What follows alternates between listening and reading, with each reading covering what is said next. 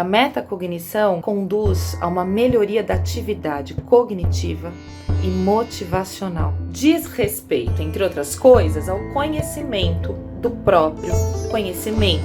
Pensamento sobre o pensamento. Eu penso sobre o que eu penso. Eu tenho conhecimento sobre o que eu conheço. Eu reflito sobre as minhas ações. Metacognição, a capacidade de ter consciência dos seus atos e pensamentos para mudá-los.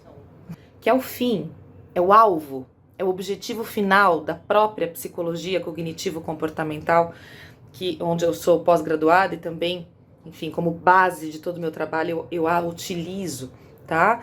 E é também a metacognição o alvo desse projeto de mentoria terapêutica, o desafio da gratidão.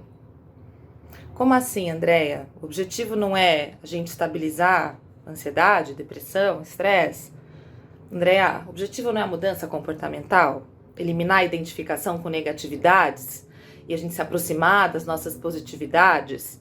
O objetivo não é a gente se reconhecer em termos de qualidades, reconhecer os nossos recursos para lidar com situações? O objetivo não é a gente aprender sobre como a gente lida com as nossas emoções, com os nossos pensamentos, com os nossos comportamentos? E eu te digo, sim, claro. Essas são perguntas de quem assistiu às lives todas. Sim, que bom, você compreendeu.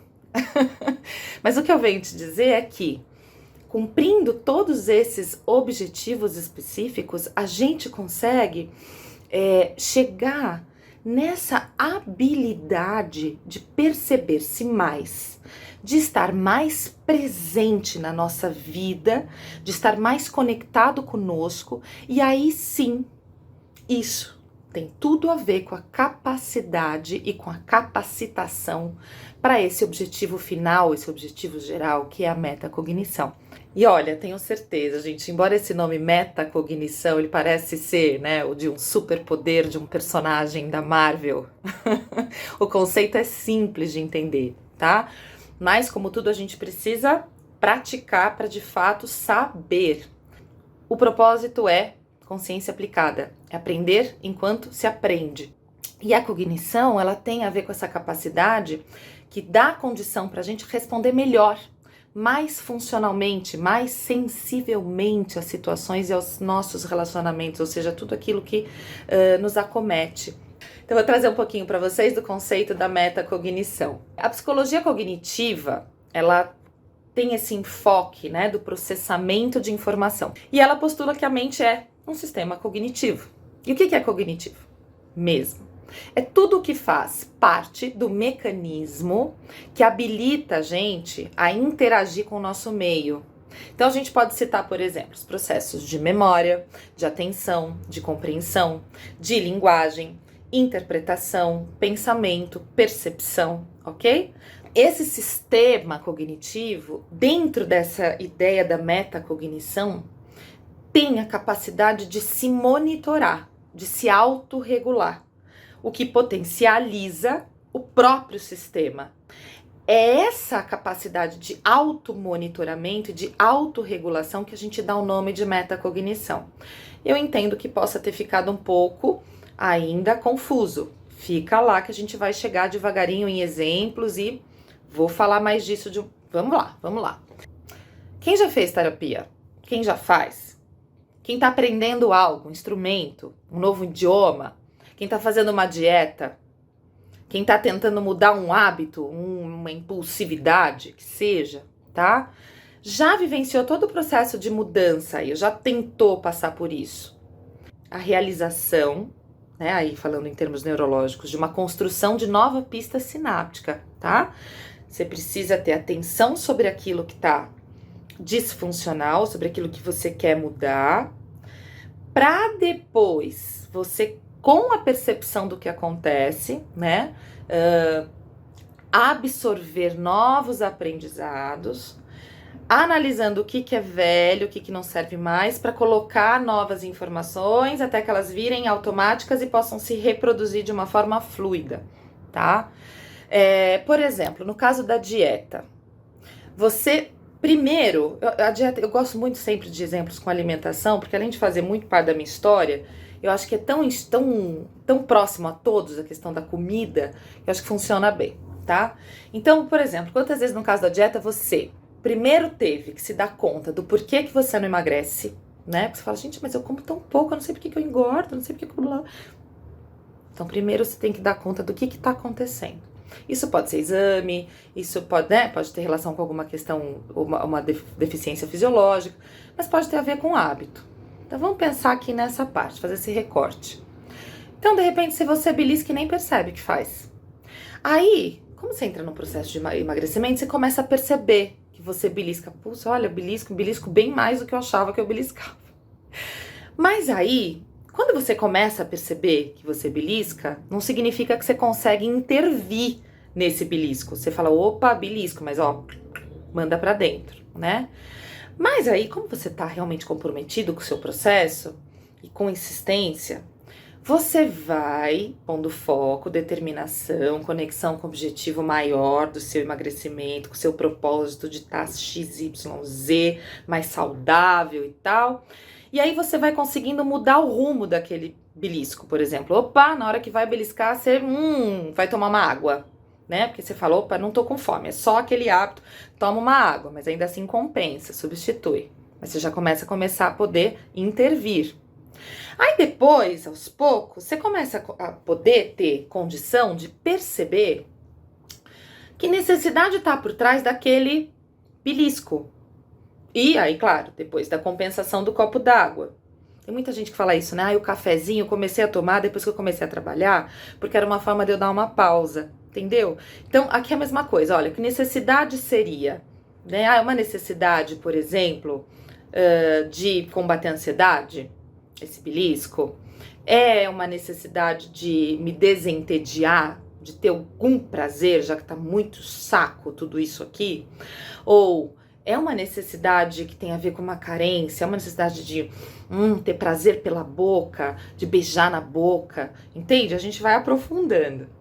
Fato é que a sua percepção sobre você e sobre as suas dinâmicas vão se expandindo. E aí você vai, então, se habilitando a estabelecer um diálogo com as suas necessidades, com seus hábitos.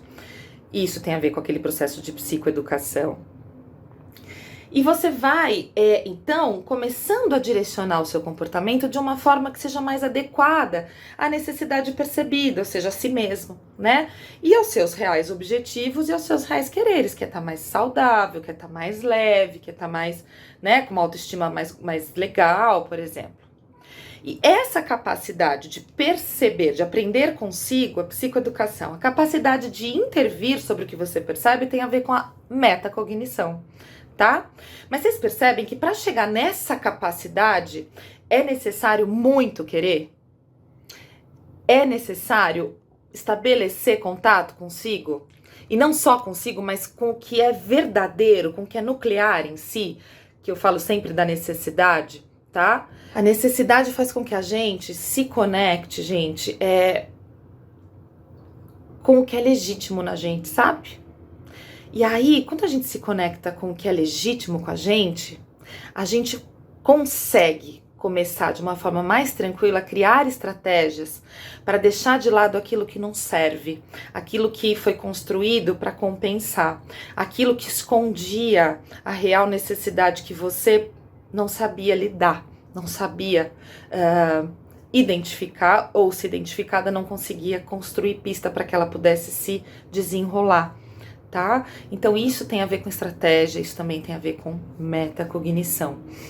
E claro, né, gente, fragilidade, inabilidade para lidar com o que a gente quer de fato da vida exige conhecimento das nossas crenças, das nossas estruturas, exige um processo de querer, de disponibilidade para se revisitar, né? É complexo. Exige exposição, exige investigação, exige refletir por que as coisas que a gente quer e são tão essenciais às vezes pra gente não estão acontecendo. Exige olhar para os nossos comportamentos, para as nossas emoções e para os nossos pensamentos e revê-los sob a ótica da lógica até, da nossa funcionalidade. Eu uso muito o termo equação para falar das nossas ações e reações, porque as nossas condutas na vida, elas são tão precisas quanto uma equação matemática. Não dá para plantar semente de abacaxi e esperar colher amora. Até foi um post que eu fiz esse. Tem que estar acontecendo alguma coisa. Você quer colher amora, mas você está colhendo abacaxi? Entende? E é isso que acontece um pouco dentro da nossa sistemática. Muitas das nossas crenças são tão profundamente arraigadas que a gente nem sabe que a gente tem. A gente nem sabe o quanto elas interferem nessas resultantes. Agora, a resultante é um dado para a gente perceber o que é que está acontecendo aqui. Porque, como eu disse, é uma equação lógica. Mas é tão inerente, às vezes, a nossa programação, aquilo que a gente acredita, que fica dissociado, às vezes, daquilo que a gente teoricamente pensa. É tão inerente à programação, a nossa programação cerebral, algumas crenças, que a gente acaba lendo o mundo a partir dessa ótica sem nem perceber. Por exemplo, né? Eu sou uma pessoa que entendo que eu não posso expressar o que eu sinto do jeito que eu sinto porque eu posso agredir o outro. Mas isso veio da onde, né? Veio de uma relação, normalmente vem com os objetos, né, de afeto primários, que é pai e mãe, ou com relação com o cuidador, porque em algum momento, ou sempre, essa mãe, ao receber o modo da filha se expressar, invalidava, se sentia agredida, se sentia fora do controle, ou até manipulava, percebendo ou não, e essa criança foi se moldando a partir daí, cresce adulta dessa forma, entendendo que é assim que é. Ela tem que guardar para si o que ela sente, porque senão ela atrapalha, agride, prejudica, entende? Mas é absolutamente disfuncional esse tipo de pensamento e traz resultantes para a vida muito precisas com essa crença, mas muito diferentes do que a pessoa idealizaria, gostaria, tá? Esse é um exemplo. Então, gente, a capacidade da metacognição é um objetivo para aquele que quer se desenvolver. E o desafio da gratidão é uma ferramenta de autoaprendizagem, uma ferramenta que eu estou usando para fins terapêuticos, que vai auxiliar você na ampliação da percepção que você tem sobre você com esses exercícios diários. Como no exercício muscular na academia, ou nos treinos que você possa fazer, enfim. A gente vai perceber as evidências, o aumento do músculo, o enrijecimento e tal, depois de um tempo, né? Tem um tempo de ação fisiológica aí, para poder metabolizar todo esse investimento. Então, por exemplo, na vida real aí, né, com pessoas que já têm uma memória muscular de atividade física, o corpo reage mais rápido. A mesma coisa aqui dentro do psíquico.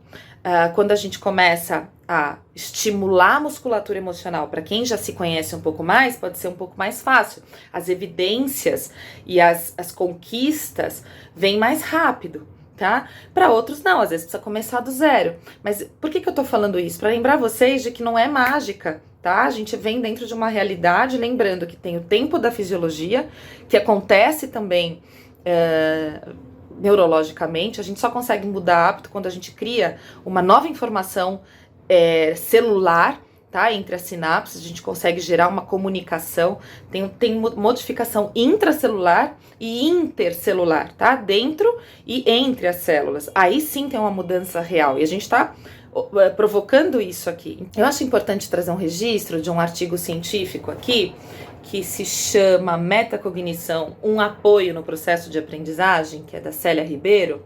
Ela diz assim, que a cognição, em termos restritos, se refere a um tipo específico de representação dos objetos e fatos. A cognição tem a ver com a interpretação de informação.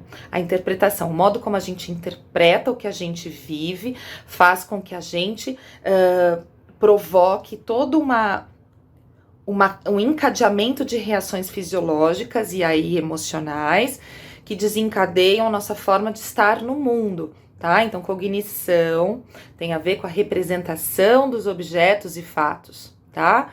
E também com um tipo de representação da informação proveniente do meio, que tem a ver com essa questão dos estímulos, ok?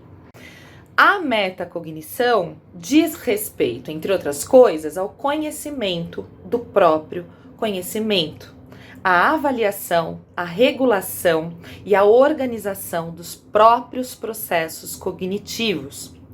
Então, as metacognições, elas podem ser consideradas cognições de segunda ordem, ou seja, pensamento sobre o pensamento. Eu penso sobre o que eu penso.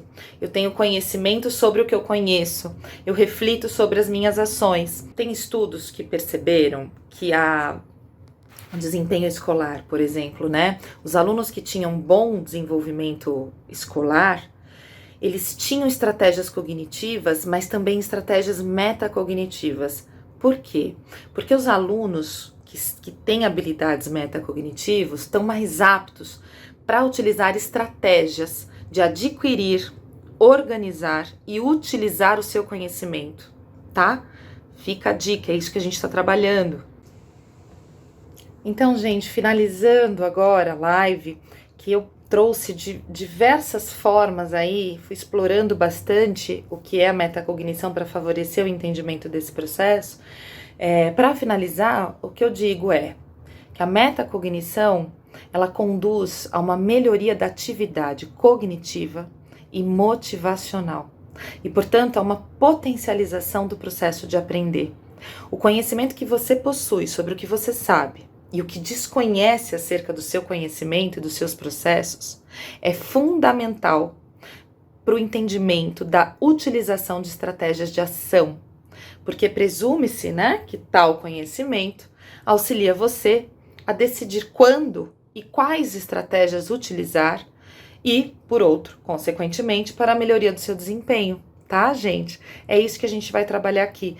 A gratidão é uma capacidade potente e que pode ser usada e que deve ser usada como um remédio, como um elemento disponível para a gente se afinar a nossa natureza, para a gente se regular, para a gente literalmente, além de modificar o cérebro, nos modificar nossas relações, modificar a forma como a gente lida com a nossa realidade. Isso é muito profundo, tá? Então, te chamo, vem comigo. Entra lá no grupo do Telegram, acompanha o meu feed para receber as tarefas diárias e vem fazer parte dessa egrégora de desenvolvimento humano para poder evoluir da forma como você julgar adequado.